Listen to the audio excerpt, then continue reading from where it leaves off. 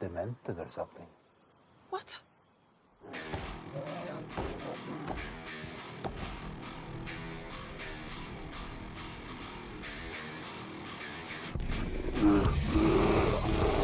Not bad.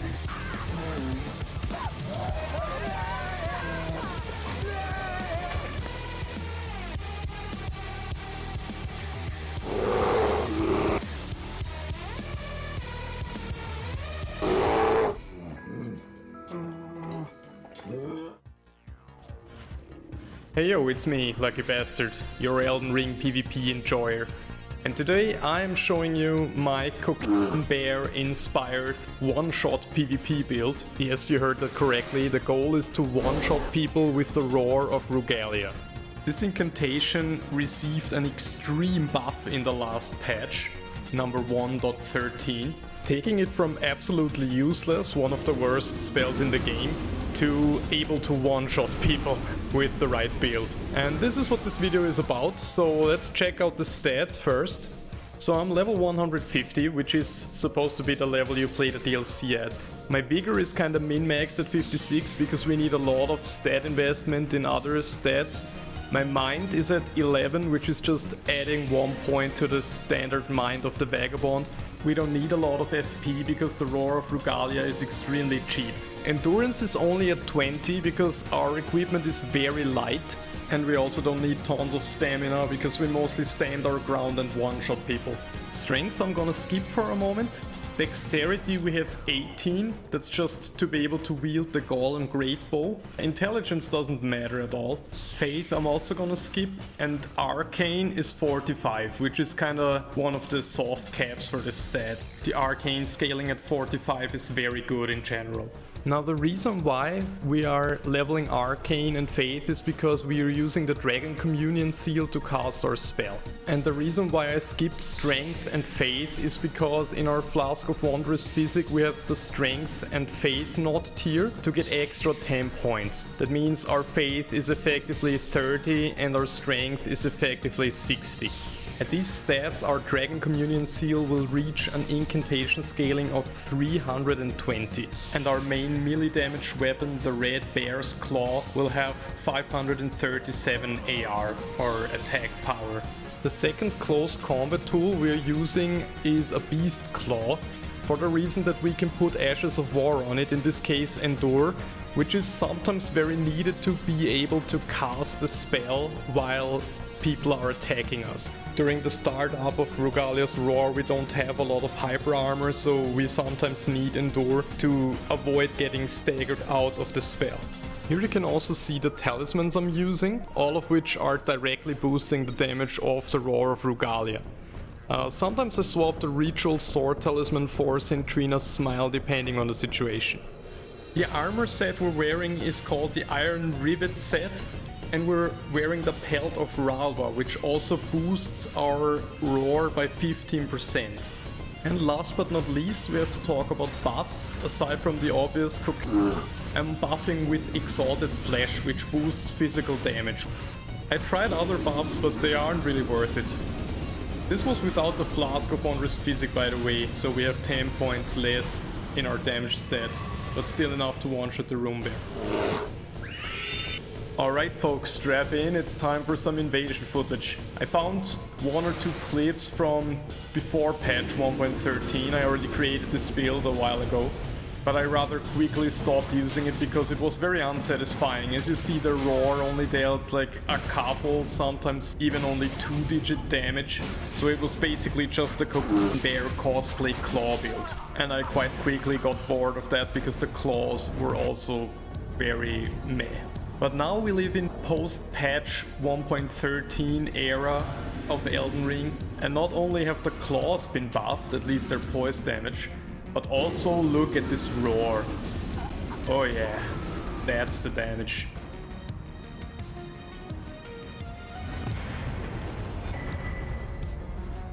Snipe!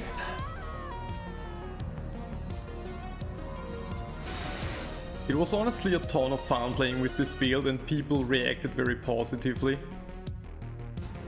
And even though this is obviously kind of a meme build, I found myself competing even with some pretty tryhardy setups.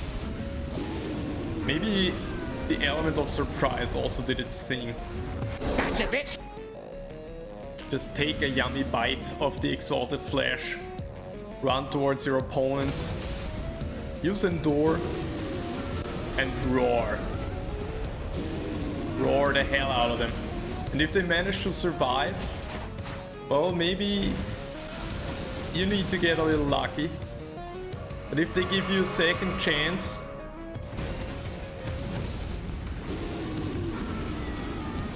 just one-shot them. Wah, but lucky they didn't have a lot of vigor. Yeah, well, they didn't. But others did. And I one-shot people with 1800 HP plus. This guy got hard saved. Once by his latency and then also by his friend casting a fat AoE heal. But I had the PvE on my side, even though it was kinda 2v3. I knew I could count on this beast warrior or whatever their name is. In this invasion I also used a couple of other spells that are like bear or claw related. I think they kind of fit the build. But yeah, the number one weapon is the Roar of Rugalia. That's the true bear spirit. Such as doing some cooking after every fight you won.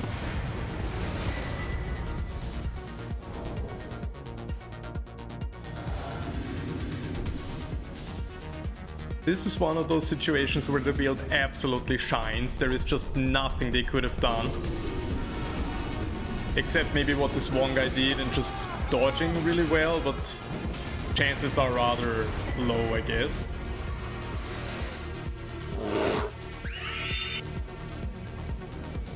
Sometimes people won't let you do your thing.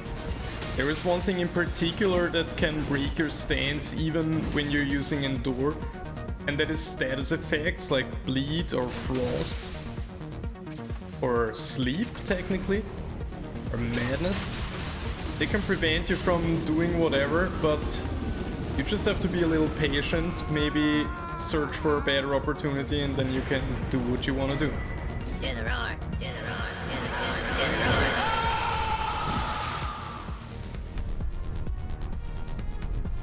roar. Situations like this are just perfect.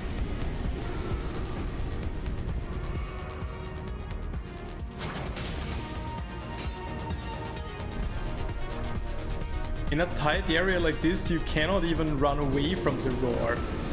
The range is pretty big.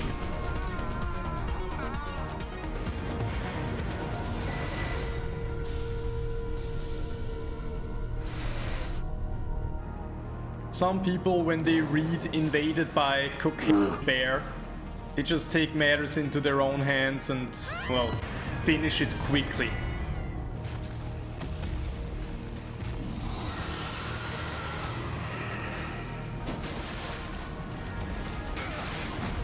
But whatever you do, you should always know you cannot outrun a bear. Sometimes you have to face him and fight, and risk a bigger check. The best chance you have against the Cocaine Bear is him taking out himself. Rest in peace, brother.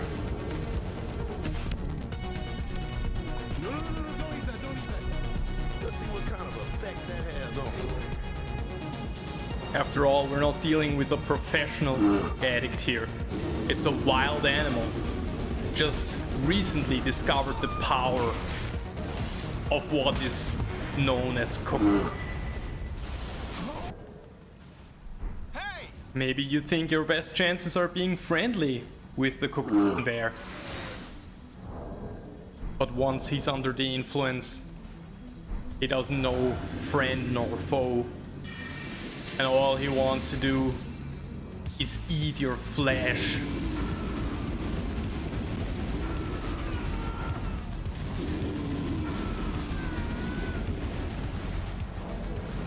And do more blow.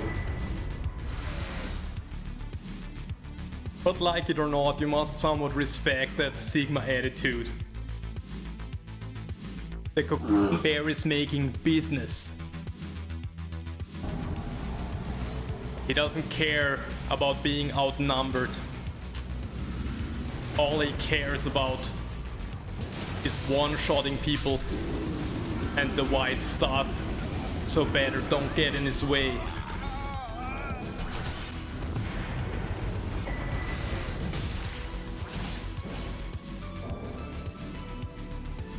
Even the professional first step gankers, they are no match for his rage. His cook-induced superpowers. He's an absolute unit made to destroy. He does not break for animals. He does not have spare change for you. He does not follow your laws.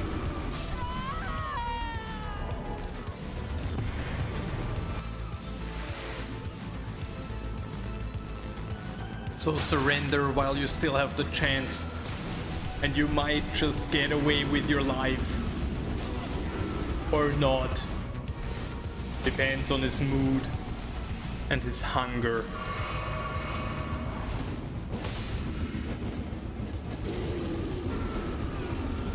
But if you're one of the lucky few who do get away, Oh no!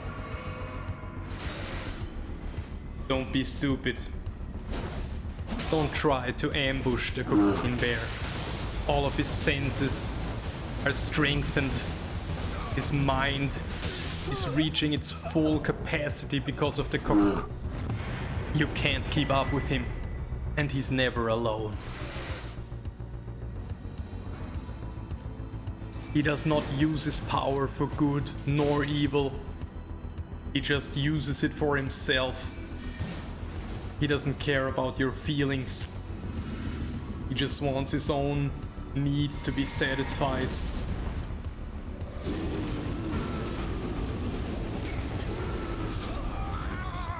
But everything good must eventually come to an end.